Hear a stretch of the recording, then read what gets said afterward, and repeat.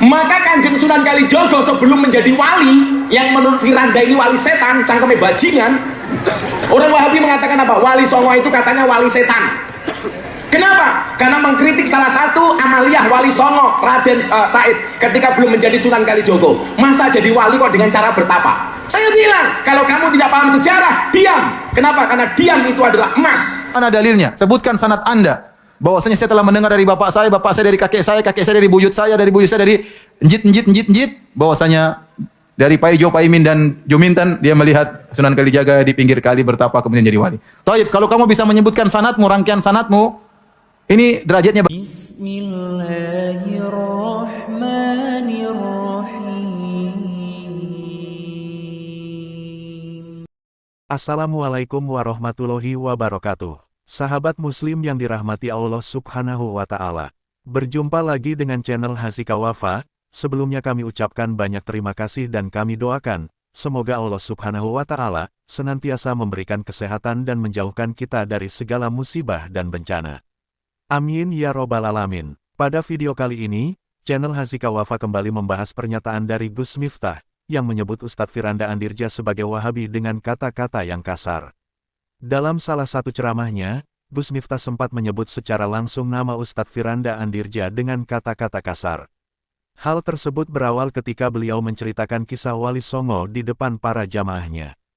Gus Miftah lantas menyinggung nama Ustadz Firanda, yang menurutnya pernah mengatakan Wali Songo dengan kata wali setan. Gus Miftah terlihat marah-marah dan menyebut Ustadz Firanda dengan nama Ustadz Wahabi, bahkan Gus Miftah dengan tegas mengingatkan Ustadz Firanda, agar tidak ikut berkomentar tentang para Wali Songo, jika tidak paham dengan kisah tersebut. Diduga kuat, Gus Miftah salah memahami apa yang disampaikan Ustadz Firanda, ketika menjawab pertanyaan salah satu jamaahnya terkait kisah Sunan Kalijaga menjadi seorang wali. Berikut kita simak video tersebut. Kalau harus menasihati dengan cara yang baik, jangan niatnya baik tapi caranya tidak baik. Maka Kanjeng Sunan Kalijogo sebelum menjadi wali, yang menurut Firanda ini wali setan, cangkeme bajingan. Orang Wahabi mengatakan apa? Wali Songo itu katanya wali setan. Kenapa? Karena mengkritik salah satu amaliyah Wali Songo, Raden Said, ketika belum menjadi Sunan Kalijogo. Masa jadi wali kok dengan cara bertapa? Saya bilang, kalau kamu tidak paham sejarah, diam. Kenapa? Karena diam itu adalah emas. Makanya kemarin Idul Fitri istri saya minta emas, saya perintah untuk diam.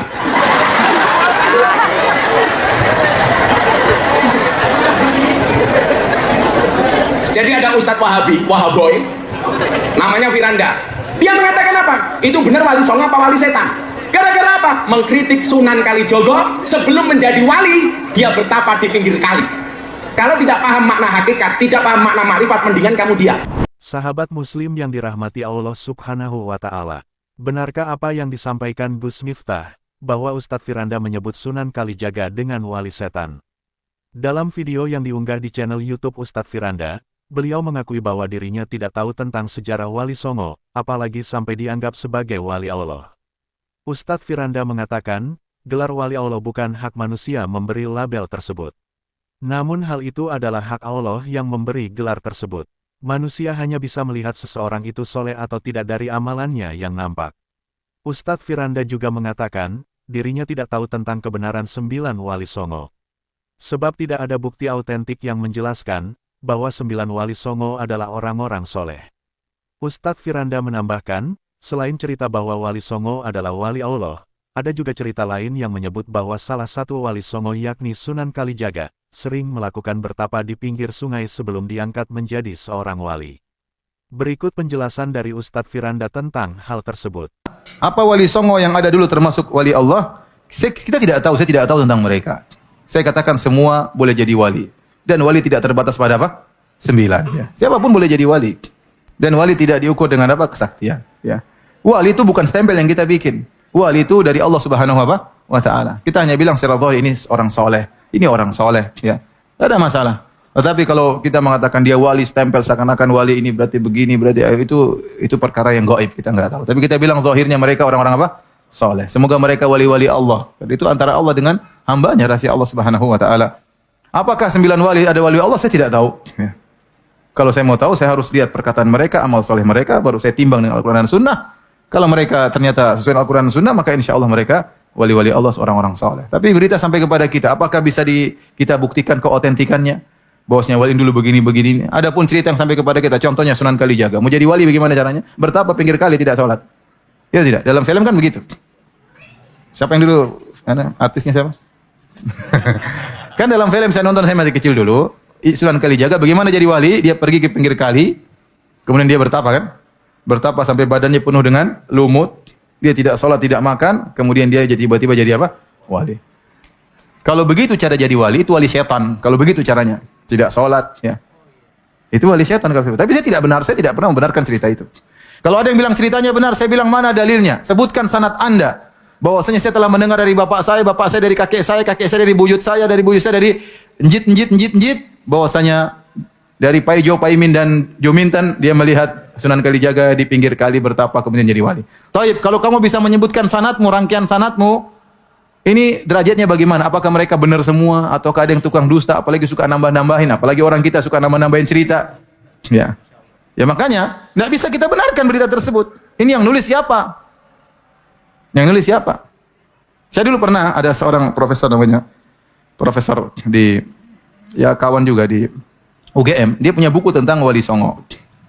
Kemudian panitia minta saya nemani dia untuk menceritakan isi bukunya, karena bukunya laris waktu itu, zaman-zaman tahun 2000-an atau 99.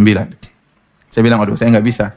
Karena kalau saya jadi pembanding, pertama yang saya kritiki, berita yang sampai kepada kamu tentang kisah-kisah ini benar atau tidak, bisa dibuktikan otentiknya nggak?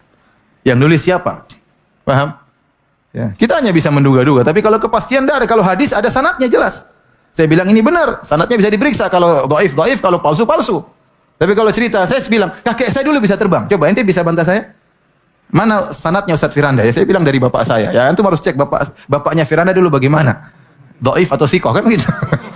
Baru bisa benar. Kalau nggak ada yang bisa menilai, gimana ente tahu ini cerita benar atau salah? Kalau katanya semua orang bisa apa? Katanya. Maka saya bilang, ya kita bilang wali-wali Songo, mudah-mudahan mereka adalah wali-wali Allah. Mudah-mudahan mereka adalah orang-orang soleh. Tapi kalau memastikan saya tidak tahu, karena saya tidak tahu berita yang otentik yang sampai kepada saya. Kalau ada kita bisa nilai orang ini. Kalau ada, dan namun kita ingatkan wali tidak harus maksum. Tapi secara kesalahan-kesalahan yang enggak ada. Namun manusia juga punya salah, Umar aja juga punya salah. Coba. Semoga video ini bermanfaat bagi kita semua dan menambah tingkat keimanan kita kepada Allah Subhanahu wa Ta'ala. Wassalamualaikum warahmatullahi wabarakatuh.